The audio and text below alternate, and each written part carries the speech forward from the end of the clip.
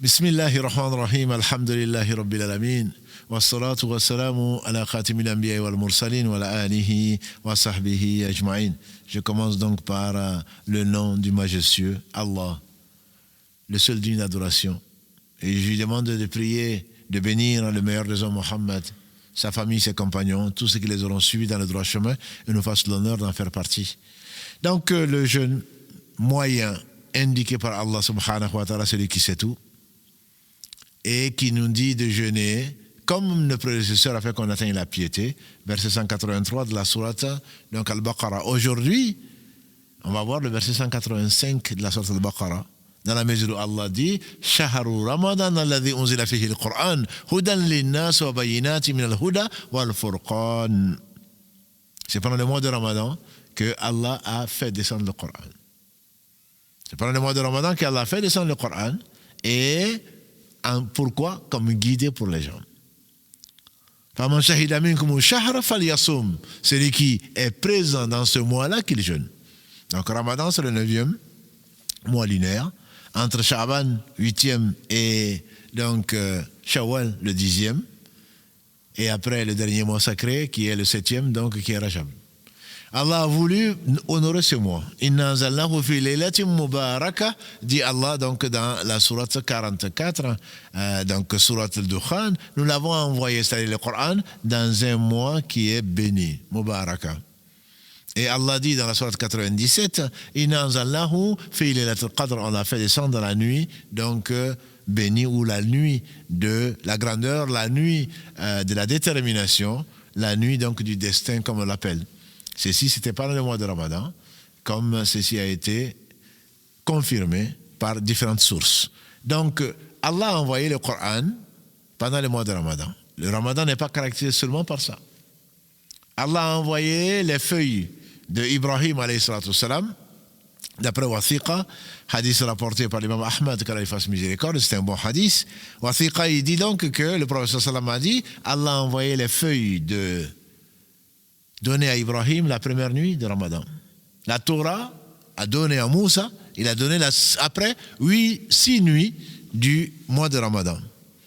Quant à l'évangile, Allah subhanahu wa ta'ala a fait descendre 13 nuits sur Jésus, après 13 nuits sur Jésus, alayhi salam. Et quant à Daoud, il a donné les psaumes après 18 nuits du mois de Ramadan. Et quant au Coran, c'est après 24 nuits, comme il a dit, alayhi salatu salam, du mois de Ramadan. Donc, les livres que nous connaissons, Allah a envoyé d'Ibn Qayyim 114 livres sur ses messagers, et il les a réunis dans 4 ans, donc qui sont le Coran, l'Injil, l'Évangile, les psaumes et la Torah, et tout ceci pendant le mois de Ramadan. Allah nous explique pourquoi. Qu'est-ce que contient le Coran? Le Coran contient tous ces livres. Et donc, qui vont montrer une direction, qui vont montrer, qui est un guide pour montrer ce que Allah aime, subhanahu wa ta'ala, ce qui va nous sauver, ce qui va nous sortir des ténèbres, des passions, vers la lumière de l'islam, vers le repos et vers la béatitude, incha'Allah, donc dans le paradis éternel. Huda, c'est ce que dit Allah subhanahu wa ta'ala, ça dit la guidée. Il y a 2 types de guidés, disent les savants, il y en a même 4, mais on va s'arrêter à 2 types de guidés. Hudan linnas, Allah dit, voilà une guidée qui va montrer donc le chemin. Suivez le guide.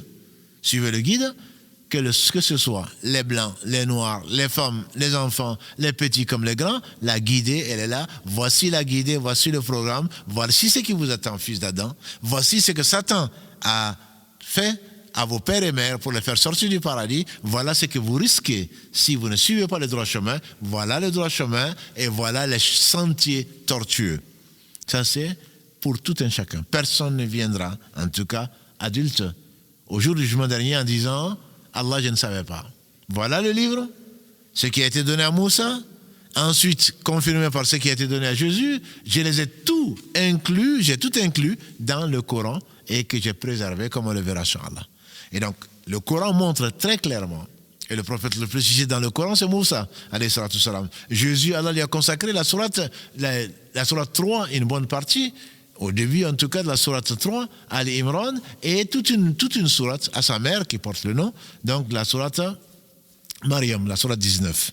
Donc Allah a montré aux gens, à tous les gens, y compris les djinns et les hommes, l'a montré, l'a guidé. Ce qu'il aime, tous les prophètes alayhim salam n'ont ils pas été envoyés pour 3 raisons. Connaître Allah. Celui qui ne connaît pas, il a vraiment quitté ce bas monde, pas mieux que d'autres êtres qui n'ont fait que manger et boire et copuler, c'est tout. Celui qui ne connaît pas Allah, comme le disait un sage, il dit certains quittent. On dit que c'est Ibn Mubarak, qu'Allah fasse miséricorde. Certains quittent ce bas monde sans avoir goûté au meilleur. Et on dit quoi? Il dit connaître Allah, aimer Allah et aimer sa rencontre. Et donc, celui qui ne connaît pas Allah, les prophètes sont venus pour nous dire que l'être suprême, il est beau, il est magnifique, il est magnanime, il est riche, il est miséricordieux par essence, par excellence, il est omnipotent, il est omniscient. Et donc, si tu ne connais pas Allah, à quoi t'aura servi ta vie? Ils sont venus pour nous dire ce que Allah aime. On ne peut pas. Quand on connaît Allah, on l'aime. Alors quand on aime Allah, forcément on aime ce que Allah aime. Et on déteste ce que Allah déteste, si vraiment l'amour est sincère. Ils sont venus également les prophètes pour nous montrer quelle est la destination finale de ceux qui aiment Allah, de ceux qui ont obéi à Allah, qui ont atteint cette taqwa pour laquelle le jeûne nous a été prescrit. Et donc, voilà les 3 raisons pour lesquelles donc, Allah a envoyé les prophètes. Car c'est la guidée de tout un chacun. Après, il y a une guidée. C'est que ça, cette guidée-là, de tout un chacun, on appelle ça al-hidayah, donc al-irshad, montrer le chemin. Quant à hidayah tawfiq, la deuxième catégorie, c'est Allah qui donne la foi à qui il veut pour le montrer le chemin, pour le faire suivre le chemin jusqu'à la mort. Ihdina siratal mustaqim, guide-nous dans le chemin droit. Siratal ladina an'amta alayhim, le chemin de ce que tu as agréé. Lequel c'est? Allah dit dans la sourate An-Nisa 4, verset 69, wa man yuti'illaha war rasoul أولئك مع الذين أنعم الله عليهم من النبيين والصديقين والشهداء والصالحين. Celui qui obéit à Allah et aux messagers, voilà ce que Allah a agréé. Donc parmi les prophètes, les gens véridiques et les martyrs témoins, ainsi que les gens pieux. Qu'Allah nous compte parmi l'une de ces 4 catégories, les 3 catégories, puisqu'il y a plus de prophètes, et que Dieu les bénisse tous. Donc c'est pendant le mois de Ramadan et pas en dehors. Et Allah dit celui qui est présent ce mois-là, c'est-à-dire qui voit le croissant lunaire, celui-là, il doit jeûner. Ça aurait posé problème, sauf que notre Seigneur est miséricordieux. Et il rajoute, celui qui est malade ou en voyage, il peut le reporter. Il est généreux, subhanahu wa ta'ala. Il peut le reporter, comme pour confirmer que les gens ne comprennent pas que maintenant tout le monde doit jeûner. Le malade, celui qui est en voyage, non.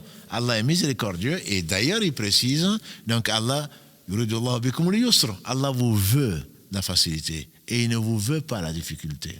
Que vous complétez les jours et que vous soyez reconnaissants en proclamant la grandeur d'Allah subhanahu wa ta'ala afin que vous soyez donc comptés parmi les reconnaissances. Les reconnaissants sont qui? C'est ceux qui savent d'où vient, qui est le bienfaiteur.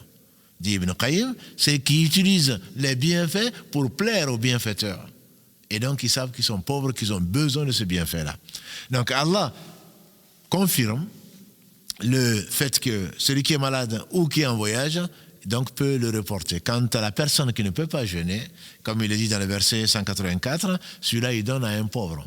Et Ibn al-Abbas, Abdallah ibn Abbas radiallahu anhuma disait, donc quand les gens qui pensent, comme la majorité des savants, disent que la femme qui est enceinte et la personne donc qui allaite, qu'Allah bénisse nos mères, et doit ensuite rendre le jeûne comme celui qui est malade. Ce n'est pas son avis, ce n'est pas l'avis non plus donc de certains compagnons comme Abdallah ibn Omar qui disent que Allah a facilité donc, et a permis à la femme qui est enceinte et à la femme qui allaite comme au vieillard parce qu'il jeûne avec difficulté de nourrir un pauvre plutôt que de rendre les jours. Mais l'avis majoritaire, il est le fait de jeûner. Mais qu'Allah fasse miséricorde encore une fois à nos mères qui parfois ont eu 10 maternités, voire plus, sans avoir pu avoir de repos même pour jeûner parce que enfant et allaitement, grossesse et allaitement, et Allah subhanahu wa ta'ala fait sortir le vivant du vivant. qu'Allah bénisse nos mères, qu'Allah bénisse Muhammad sallallahu alayhi wa sallam, ses compagnons, et nous fasse l'honneur d'en faire partie. Subhanakallahumma bihamdika, ashhadu an la ilaha illa anta astaghfiruka wa atubu ilayk. Wassalamu alaikum wa rahmatullah.